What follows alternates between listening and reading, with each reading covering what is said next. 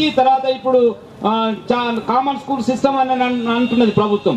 Common school అన్నప్పుడు ఇలా మళ్ళీ నువ్వు రేషనలైజేషన్ చేయడం వల్ల, ఎందుకంటే ఏ ఊర్లో ఉన్నటువంటి విద్యార్థులు ఆ ఊర్లోనే చదవాలి కదా. చదవాలంటే నువ్వు అన్ని సౌకర్యాలు కల్పించాలి. కల్పించినప్పుడు మాత్రమే ఇది సాధ్యమవుతుంది. కాబట్టి మరి కామన్ స్కూల్ కొరకు ఏదైతే ప్రభుత్వం ప్రయత్నం చేస్తున్నదో, ఏదైతే ఇప్పుడు చాలా ఉపన్యాసాలు కూడా ఎక్కడ కూడా మన మంత్రులు కానీ ముఖ్యమంత్రి కానీ ఏ సందర్భంలో కూడా ఈ కామన్ స్కూల్ మీదనే ఒక ప్రధానమైనటువంటి మాట మాట్లాడుతుంది. అన్నప్పుడు ఆ కామన్ స్కూల్ రావడానికి ఇన్ని ప్రైవేట్ స్కూల్స్ ఉన్నాయి, కార్పొరేట్ స్కూల్స్ ఉన్నాయి. ఇవన్నీ ఉండగా ఒక దిక్కు ఈ కార్పొరేట్ స్కూల్స్ ఉండగా మరి ఈ కామన్ స్కూల్ అనేటువంటిది ఎట్లా సాధ్యమవుతుంది? ఆ సాధ్యాసాధ్యాల మీద కూడా మనం ఒక ప్రభుత్వానికి వివరణ ఇవ్వాల్సినటువంటి అవసరం ఉన్నది. అయితే ఇప్పుడే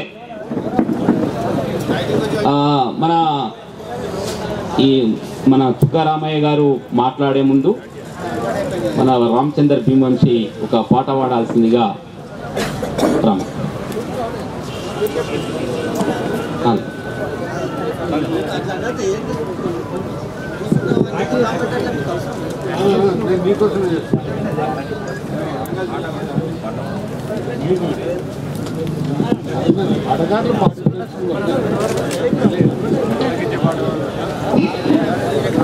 అందరికీ ఉద్యమ వందనాలు. మరి తెలంగాణ రాష్ట్రం ఆవిర్భవించిన తర్వాత ఈ ధర్నా చౌక్లో మొట్టమొదటి ధర్నా ఉపాధ్యాయుల పక్షాన్ని నిలబడి వినిపిస్తున్నటువంటి మరి డిటిఎఫ్ కూటమి యుట్టకు అందరూ కూడా ఒకసారి చప్పట్లు కొట్టి మనం తెలంగాణ వచ్చిన అందరూ పెట్టుకున్నారు, మనం కూడా పెట్టుకుని అందరూ పెట్టుకుని టీవీ. మరి ఈరోజు పరిస్థితి ఏముందంటే, నేను పాట పాడినాను కానీ పాటనే వాడతాను. రాజకీయ నాయకులు అందరూ కూడా ఈరోజు అధికారం ఎటుంటే అటువైపు ప్రయాణం చేసి అప్పటికి ఇప్పటికీ ఏమి తేడా లేదనే విధంగా ఈరోజు రాజకీయ నాయకులు చేస్తున్నారు. మరి ఇది ఎంతవరకు సమంజసం? మొట్టమొదట గళ నింపినటువంటి ఉపాధ్యాయ సంఘాలం మనమే. పాము ముంగిస దోస్తి గడుతున్నవి, రాజనీతిని పాతి పెడుతున్నవి. పాము ముంగిస దోస్తి గడుతున్నవి, రాజనీతిని పాతి పెడుతున్నవి. వైరు వర్గం మర్చిపోతున్నవి, బేరసారము కూర్చుకుంటున్నవి.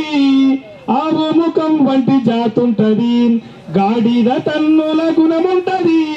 ఆవు ముఖం వంటి జాతుంటది, జగుడాలు పెట్టేటి గుణముంటది. పెట్టకుంటే కడుపంత నొప్పుంటది, జగుడాలు పెట్టేటి గుణముంటది. కోతి మొసలి కథ తీరున్నది, కోతి మొసలి కథ తీరున్నది. నల్లి కుట్లని నమ్మినట్లున్నది, పాము ముంగిస దోస్తి గడుతున్నవి.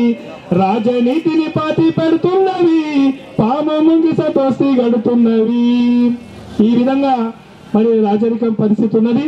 అందుకోసం మనం అందరం కూడా ఈరోజు ఇక్కడ మరి ఒకటై ప్రజల పక్షాన్ని నిలబడి పిఆర్సీని ప్రకటించాలి, పెండింగ్ సమస్యలను పరిష్కరించాలంటటువంటి నినాదంతో ఇక్కడ మనం గుమ్ముకున్నాం. జీవితానికి ఉండాలి లక్ష్యము, కాలాన్ని చేయకు నిర్లక్ష్యము.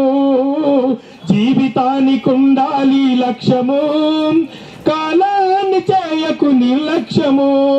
పాడైన జీవితాల సాక్ష్యము, కృషి ఉంటే దొరుకుతుంది మోక్షము. జీవితానికి ఉండాలి లక్ష్యము, కాలాన్ని చేయకు నిర్లక్ష్యము.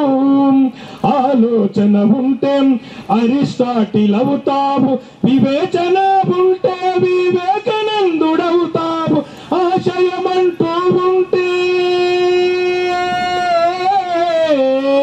ఆశయమంటూ ఉంటే అంబేద్కర్ అవుతావు. నీలో నా కానిదంటూ లేనిదంటూ రానిదంటూ ఒంటిలోన లేదురా. జీవితానికి ఉండాలి లక్ష్యము, కాలాన్ని చేయకు నిర్లక్ష్యము. నీటిలోని చేప పిల్లకీత ఎవడు నేర్పెరా, గూటిలోని పక్షి పిల్లకెవడు ఎగుర నేర్పెరా. ఆకలేసి పసికూనే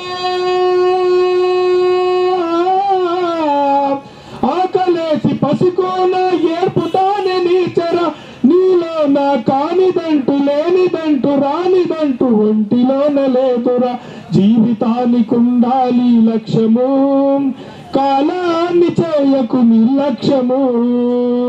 జై తెలంగాణ.